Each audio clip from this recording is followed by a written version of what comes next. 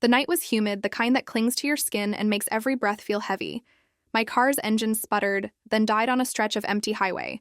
No warning, no mercy, just silence. I gripped the wheel, staring at the dark road ahead. Of all nights it had to be tonight. I pulled out my phone, scrolling through options, and found a late-night tow service.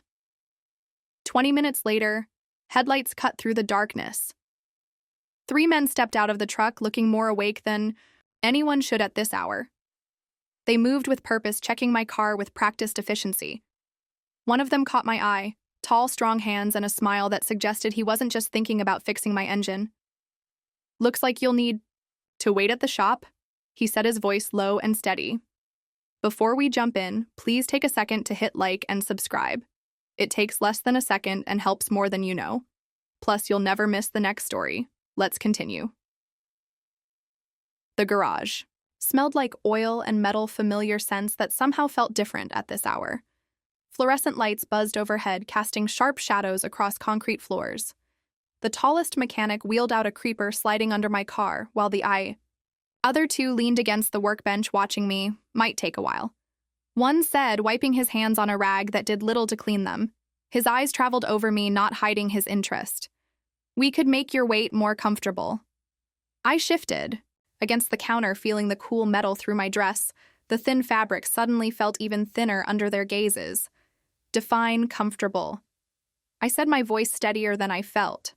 The one under my car rolled out, standing in one fluid motion. Oil streaked his forearms, and his shirt clung to his chest from the heat.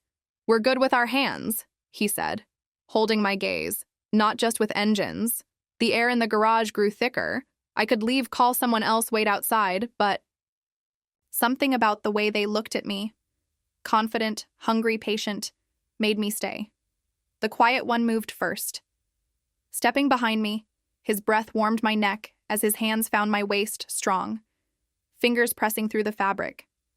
"Tell us to stop," he murmured, "and we will—" I didn't. Instead, I leaned back slightly, feeling his chest against my shoulders. The tallest one stepped closer, his rough fingertips tracing my jaw, tilting my face toward him.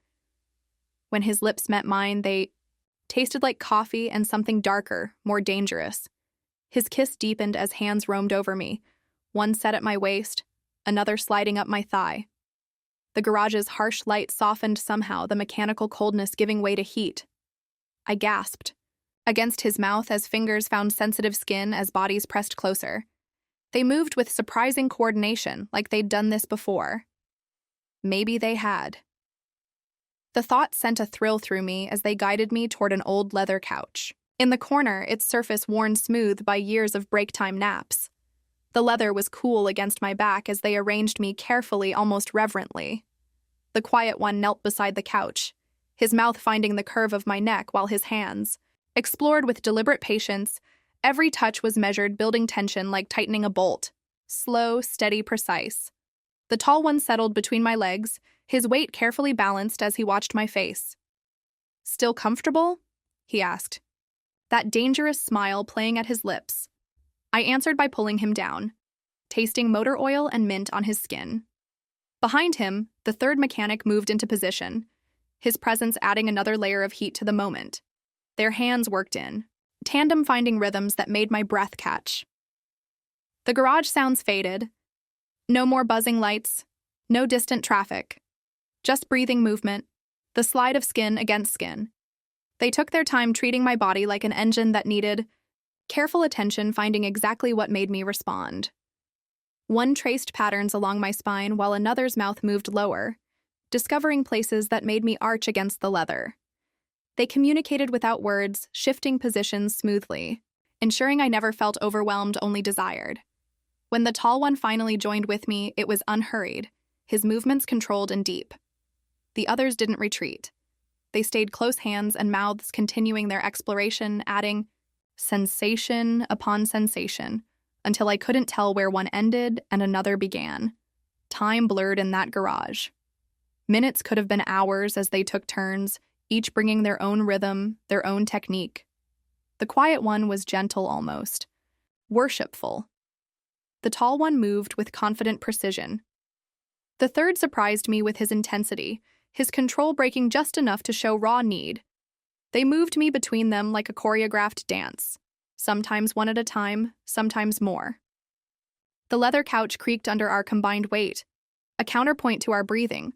Oil-stained hands left invisible marks on my skin, claiming me in ways that would linger long after. Peak after peak washed over me, each one building on the last.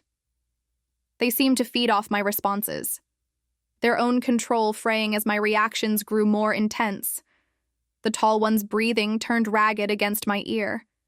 The quiet one's careful touches became urgent. The third's grip tightened his movements, losing their measured pace. We found our endings at different moments, a cascade of tension, releasing bodies, shuddering voices breaking.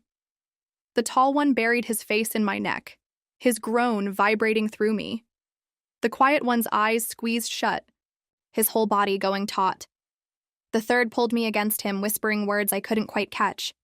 Afterward, we lay tangled on that old couch, limbs heavy breathing gradually slowing. The garage air cooled our heated skin. Somewhere outside, a dog barked, reminding me there was a world beyond these walls. The quiet one was the first to move, retrieving my clothes with the same care he'd shown removing them. They helped me dress, their touches now gentle, almost tender.